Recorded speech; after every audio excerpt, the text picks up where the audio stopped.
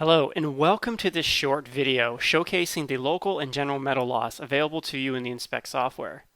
Today I want to walk you through the functionalities available to you with the Inspect software.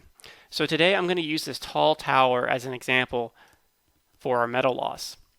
Now the first thing you're going to notice on this tower is at the bottom you'll see a grid as well as an orange box. Now the grid here represents our metal loss and the orange box represents our pitting, which I'll do a video for at a future date. And as always, you can see a full model with nozzles, vacuum rings, everything modeled on it as well. So right off the bat, you can see you get a visual representation of the flaw that you're looking at on the equipment that you're looking at as well. Now to actually access the metal loss, you simply just come up to the API 579 menu right here, and you'd select part 4 or 5 general or local metal loss as the option. But since I've already gone ahead and modeled this, we'll just go through the dialog quickly. So I'm going to zoom in on it, and I'm going to right click on my metal loss and select metal loss. And the dialog comes up. Now these dialogs are very easy to use and intuitive, so it's very quick to get your flaws modeled on your vessel. So the first thing you're going to notice up here is the identifier. You can call this local metal loss or anything that you'd like. Your company may have a standard naming convention. You can certainly use that as well. You can also specify a GPS location for this flaw. So many of you may have thousands of pieces of equipment at your site. It's nice to be able to tag where is this specifically, especially if it's at elevation. You know, I may have to go up on a platform or a ladder to access this flaw. Now going through this quickly, we have both the Part 4 general metal loss and the Part 5 local metal loss, as well as the groove-like flaw option. Now both level 1 and 2 assessments are both performed for both of these parts. Now the groove-like flaw is really handy if, say, you were looking at a crack-like flaw and you wanted to run the what-if scenario saying, well, if I was to grind this out as a groove, would we still pass and do that? So it is a handy feature that way. Then there's going to be things like your metal loss location if it's on the inside or outside, and then the location of your flaw. Simply just set in the offset and the angle of where it is, and then the component it's located on. Now down at the bottom is a key option here. It's an option to perform Part 3 brittle fracture assessment. So if you select this option, you can type in your critical exposure temperature. Now if you've viewed any of my webinars or videos before, I've always been a big advocate of running a Part 3 brittle fracture assessment. The reason for it is that the Part 3 brittle fracture assessment is really based on the UCS 66 rules from Section 8 Division 1. So it's a very simple calculation. Inspect will perform both a level 1 and level 2, and then you can ensure that the component has sufficient material toughness so you can continue on with the assessment. Getting back to the dialog, there are measurement types, so you can do both critical thickness profile grids, which are probably the most common that I've seen, manual critical thickness profile, as well as a point thickness reading or PTR. So if you have a head and you have a local metal loss, let's say in the dish region, you can do a PTR on that as well.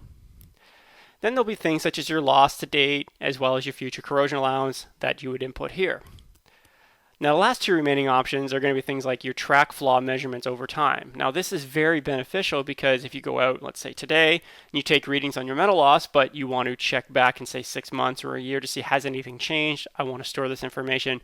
You can actually store the original inspection as well as the next inspection within this flaw, so you have a running document for it as well. So again, documentation is key for this type of assessment. And then we can also perform the remaining life calculations. Now this is in addition to the API 510 and the API 570 and the API 653 that are also available to you inspect. This will calculate the remaining life based on the rules of API 579. So then from here we simply click next. And you can see the grid has been set up. So you simply set up your planes. I did a 10 by 10 and the interval is 3 inches by 3 inches, and then your joint efficiencies. And then for the major structural discontinuities, there's an auto calculate option, so we can make sure that we're far enough away from a structural discontinuity so that we're able to run this assessment.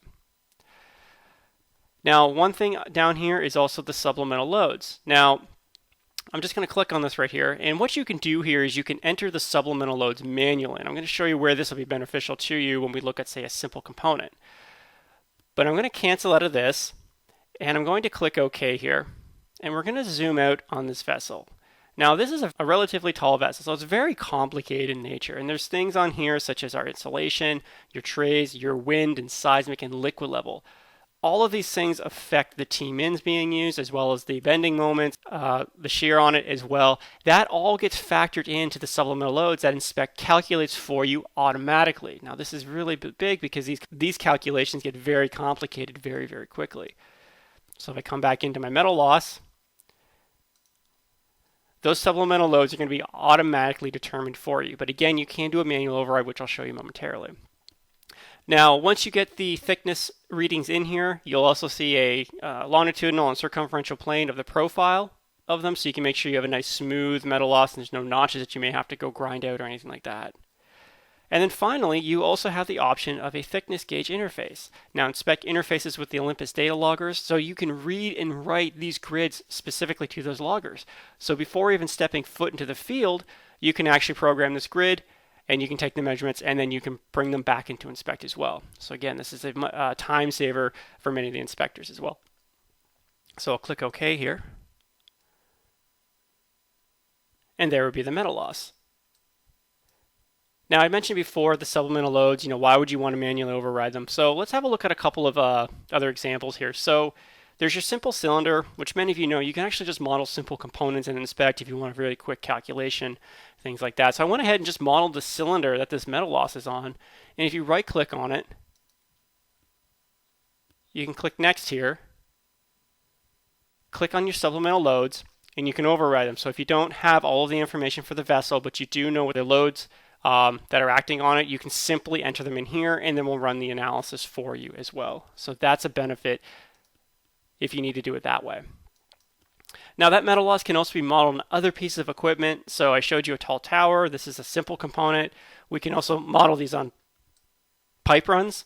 You can see here I've got this metal loss model on an elbow, and these little black dots here would be your mechanical integrity points. So again, you can start sharing these files across different departments and things like that as well. And then there's a horizontal vessel that I always like to use that you can see the metal loss and pitting as well. Now I'm going to switch back to the tower report here. And we're going to run the calculations really quickly. I'm just going to come up here and click F3. And here's the report. So as you can see, you've got multiple reports here. You have your full compliance report. You have supporting documentation, all of your ASME calculations. You have summary reports, individual component reports here.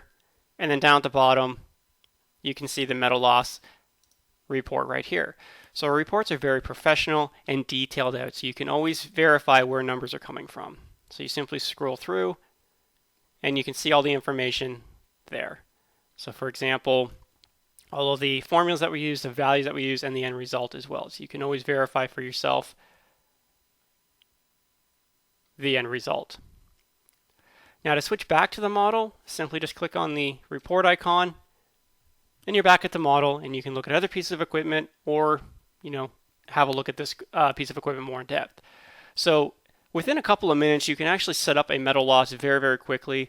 The level 1 and 2 assessments are both performed for the Part 4 and Part 5 general and local metal loss, as well as the groove-like flaw. You have an option for point thickness reading or a critical thickness profile. You also have a visual representation of the flaws on the vessel. You can model multiple flaws on this vessel. You're not limited to a certain number. You can model many more if there are flaws on the vessel. For the calculations, you get a full detailed report, and the calculations from API 579 Annex A, along with your ASME Section 8 Division 1, are used to evaluate the flaw.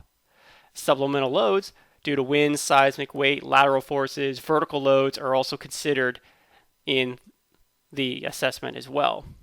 And then, of course, there's also the integration with the data loggers, allowing you to read and write capabilities there as well. So that's a powerful feature for using our Inspect program to do your local or general metal loss. Now, if you have any questions about Inspect or you'd like to see a detailed demonstration, please contact sales@codeware.com or give us a call at 941-927-2670.